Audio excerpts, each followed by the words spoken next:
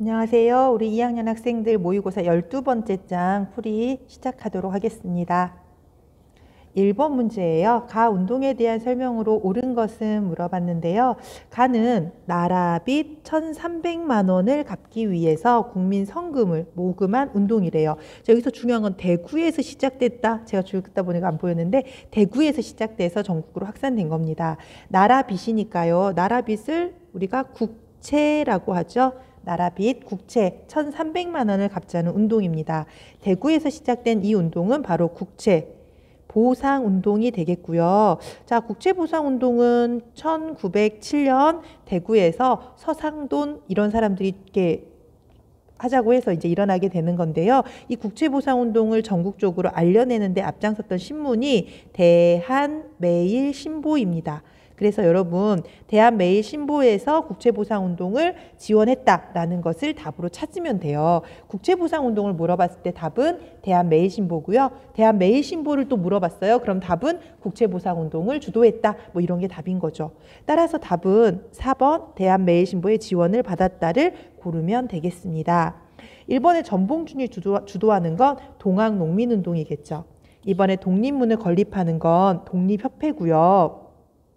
3번에 정해쌍수를 제창한 건 진울이죠. 진울. 예, 진울이고요. 5번에 28 독립선언서는 도쿄에서 발표가 돼서 이 28 독립선언의 영향을 받아서 3.1운동이 전개됩니다. 자, 2번 가 운동에 대한 설명으로 옳은 것은 물어봤어요. 가락지를 빼서 가 운동에 앞장서자 나라빚 1,300만 원이 보이죠. 나라빚이 국채잖아요. 그래서 국채 1,300만 원을 갚자. 바로 국채보상운동이고요. 국채보상운동 물어봤을 때 답은 맞습니다. 대한매일신보 등의 언론기관의 지원을 받았다를 고르면 되니까요. 답은 4번이 되겠죠. 나머지 보기들은 관계가 없을 것 같아요. 3번 가 신문에 대해서 물어봤습니다. 자, 요 사람 바로 한국명 배설. 제가 수업 시간에 웃으면서 배설이라고 얘기했는데 이 사람 베델이죠. 베델인데 우리 식으로 이름을 바꿔서 배설이라고 이렇게 써져 있어요. 한자로 썼는데. 네.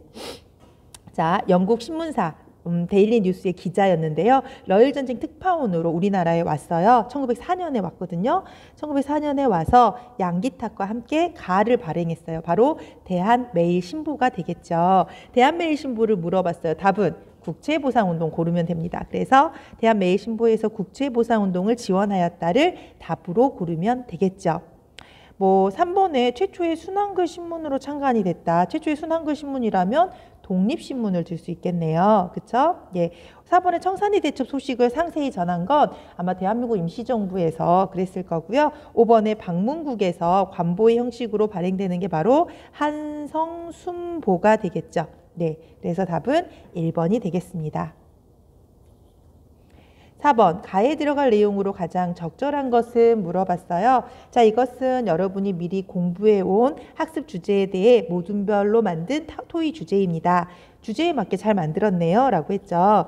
자, 헌병경찰의 권한은 어디까지일까? 토지조사 사업의 실시 의도는 무엇일까? 바로 헌병경찰이나 토지조사 사업이 나온 거 보니까요. 1910년대 일제강점기를 묻는 문제입니다. 그래서 아마 일제의 땡땡 통치라고 하면 무단 통치가 되겠죠. 1910년대 무단 통치 시기의 모습을 골라보면 당연히 조선 태영령을 답으로 고르면 되겠죠. 답은 4번이 되겠습니다. 5번 가 운동에 대한 설명으로 옳은 거 물어봤어요. 고종의 장례일이 보입니다. 고종 임금님이 돌아가셨어요. 그래서 고종의 장례 행렬 모습이고요. 여기에 종교계 인사들, 특히 천도교 인사들이 독립선언서를 배포했어요. 유관순의 이름이 보입니다. 당연히 3.1운동이 되겠죠. 3.1운동의 가장 큰 의의는 일제강점기 최대 규모의 민족운동이었다라는 것이 되니까요. 답은 4번이 되겠습니다. 5번이죠. 4번은 대한매일신보 등의 언론의 지원을 받은 건 국채보상운동이니까요. 답은 5번이 되겠습니다. 6번 가 단체에 대한 설명으로 옳은 것은 물어봤어요. 자, 의로운 일을 맹렬히 실행한 가 의열단이 되겠죠. 의열단 바로 김원봉이 단체를 주도했고요. 최수봉, 김익상, 나석주 이런 분들이 의열 단원으로 활동을 했습니다. 자, 백오인 사건으로 해체되는 건 신민회에 대한 설명이 되겠네요. 아니겠고요. 국제보상운동 주도한 거 대한매일신보라고 했죠. 대한매일신보고요.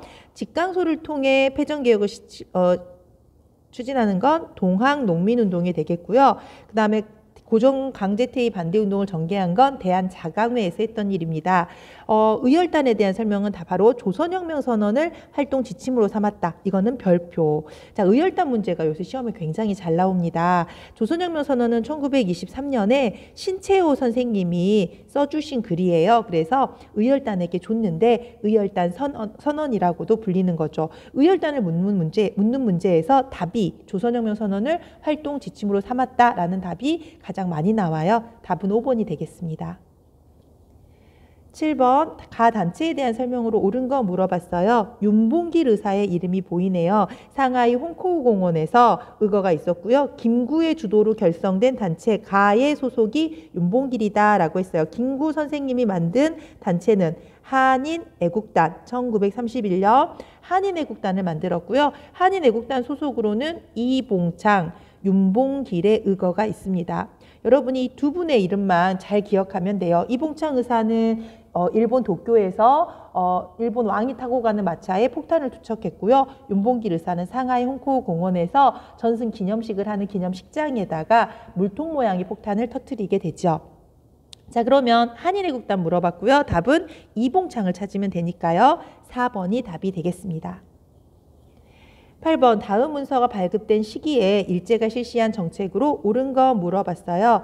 자, 징용 대상자는 당시 만 15세였음. 자, 징용을 가고요. 국가 총동원상 필요한 국가 총동원법 있잖아요. 1940년대에 징용을 끌고 가잖아요. 그래서 아마 1940년대에 일제강점기를 고르면 되는데요. 40년대 일제강점기에는 황국신민서사 암송을 강요합니다. 답은 5번이 되겠죠.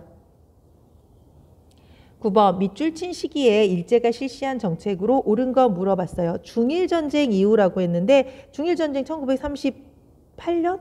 7년에 일어나나요? 예, 37년에 중일전쟁이 일어날 텐데요. 국가총동원법이 시행됩니다. 국가총동원법 시행되고요. 이 시기에 일제에게 수탈당한 사람들의 슬픔과 분노가 담겨져 있다라고 했어요. 여기 보면 지원병을 보낸 어머니가 나오고요. 금부치, 쇠부치, 밥그릇마저 모두 다 긁어갔대요. 이름 석자 잃고서 족보만 들고 우누나 바로 창씨 개명을 해서 일본식으로 이름을 바꾸게 한 거죠. 바로 이 시기에는 민족 말살 통치가 이루어지는 시기니까요. 답은 황국신민서사 암송을 강요하였다를 답으로 고르면 되겠습니다. 10번 밑줄 친 이 시기에 일제가 실시한 정책으로 옳은 것은 물어봤어요. 강제 동원을 했고요. 자, 구남도라고 불린 하시마에서 벌어진 강제 노동의 실상, 일본군 위안부, 징병으로 끌려간 청년, 이 시기는 1940년대가 되겠죠. 40년대 일제에게 우리가 민족말살 통치를 당하게 되는데요. 이때는 황국신민서사를 암송하게 하였다. 답은 5번을 고르면 되겠습니다. 자, 여기까지 우리가 모의고사 12번째 장 문제풀이 해봤습니다.